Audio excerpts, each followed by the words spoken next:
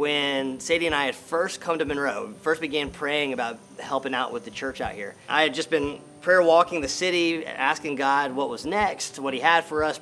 And I can remember I was standing under that oak tree and I picked up an acorn.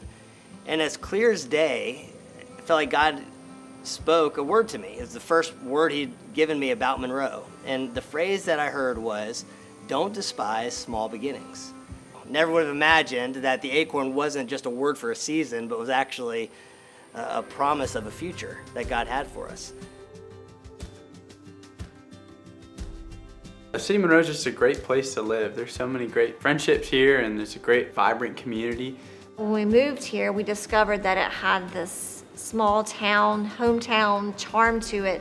Monroe for me is a phenomenal community. The people of this town are moving and shaking and getting things done, and it's what makes this town so special. What's unique about Monroe is that things are possible here. So if you can dream it, we can actually try it here. There are a lot of amazing people that take risks because they love this place and this is their home. And that's what drew us here when Brian and I came 6 years ago. It's like, this is a place where we could actually try some stuff. We could have an impact. So Monroe, sitting right in the heart of Walton County, is a place that has a rich and beautiful but tragic history. On one hand, it's been a center of arts and culture, commerce, education. The founder of Georgia Tech is from here. It's called the City of Governors because of the number of governors that have come out of or considered Monroe their home. And yet at the same time, it was the site of the last mass lynching in America. And so there's been this thread of beauty and yet brokenness over the generations in Monroe. And then in the 80s and 90s, as the mills started to slow down and eventually shut down, this place became abandoned and broken, and in fact synonymous with increased drugs and crime and poverty. And while a lot of people stayed and invested in churches that ministered in this community, there really was this sense that Monroe was where everyone was moving away from, not what anyone was moving into. And yet we know that God's heart is to take that which is broken and make it beautiful. And it's the gospel, isn't it? This place of potential that becomes wounded and abandoned and then is renewed and restored, revitalized. And sure enough, God was raising up families to reinvest in this place. And a few of those families went to Grace Snellville, and one of them actually had bought the abandoned cotton mill right in the middle of town. They saw how amazing it could be. And they said to Buddy and Jody that we want a church like Grace in our community, a church that is passionate about engaging the neighborhoods, about reaching the next generation and going after the nations. And so with that, we planted Grace Monroe. My name is Ross Bradley. We're standing in the new downtown Monroe Yorpie location. This building's almost 100 years old, and to have the opportunity to redevelop it and revitalize this one little section of downtown is something that is extremely meaningful to us. One of the main focuses for us in the way we run our business that happened because of Grace is just the focus on the next generation. This concept was created based off of that brick oven and the community that always surrounds a brick oven. And so to bring that to Monroe, to bring something new and bring new life to this old building is something that we hold very dear to our hearts, because not only is this for us and our families, but this is for Monroe. Yeah, I met Kyle. He was actually one of the first guys I met out of prison. He kind of just was a catalyst of getting me started, and getting me plugged in to the right direction, So one of the questions he asked me was, what was my dream, and I told him I needed a place for my mom and my kids to come, and I wanted a white picket fence and a truck, So he was like, just keep dreaming on, he used to keep telling me that. So one day he told me, he said, you still want that home? I was like, yeah, but I got a part-time job at the barbershop. It's like, no, this house is going to go in your name. Like, you're going to pay this much money. We're going to get you established with the, the banks, and you're going to buy this house. Like, you're going to buy it.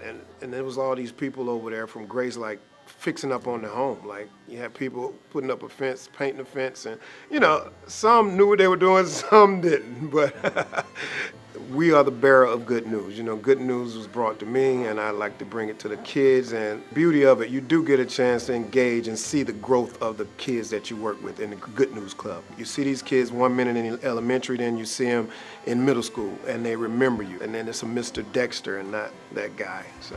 And when we moved to Monroe, When we got into a missional community, we found, is it 5 couples? Maybe 6 Yeah. couples that had all like got married and bought a house within the past year. And so like that fresh new season of life, we ended up doing together with a group of people that like was, unforecasted.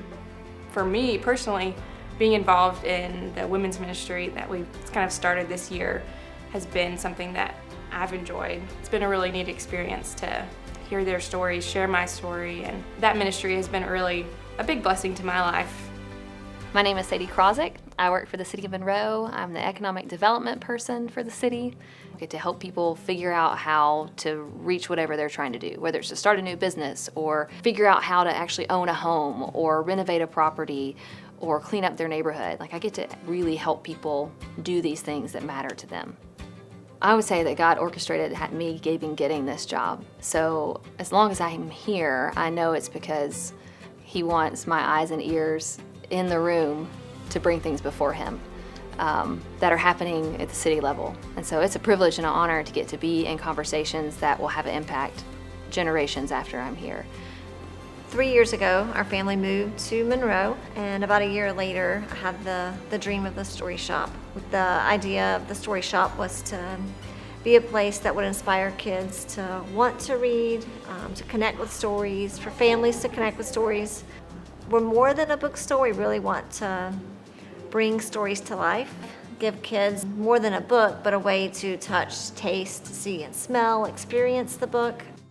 With opening a business here and getting more plugged into the community, we really felt God leading us to a church that was deeply rooted in the community. And talking with some friends who also went to Grace and visiting, we just really felt like that's where we were supposed to be. So as we were praying about what was next, realizing that we were beginning to outgrow the warehouse at the mill, God led us to an amazing opportunity.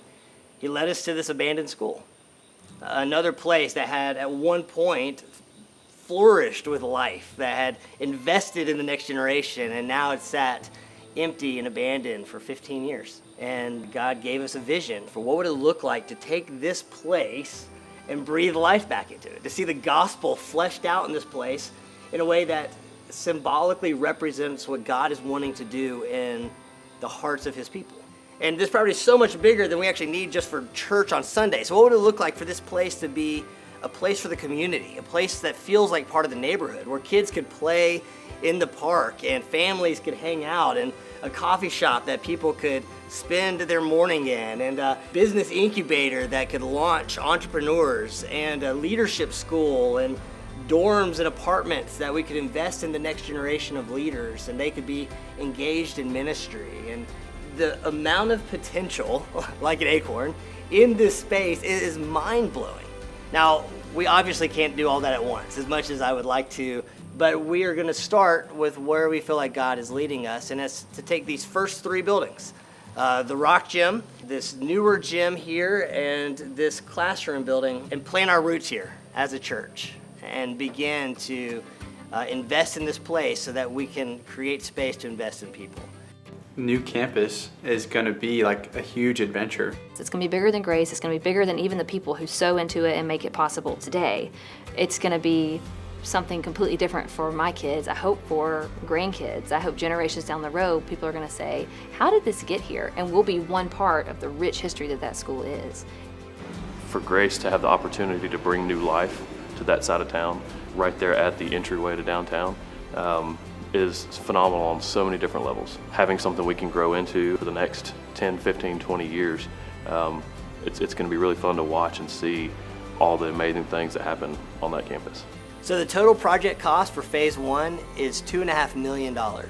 And our goal, our plan, is to raise half of that, $1.25 million, from our congregation. So I'm asking you to prayerfully, seriously, ask God, what is He inviting you into? What would it look like for you to say yes? God, I'm in. I want to be a part of leveraging my resources to see this dream become a reality.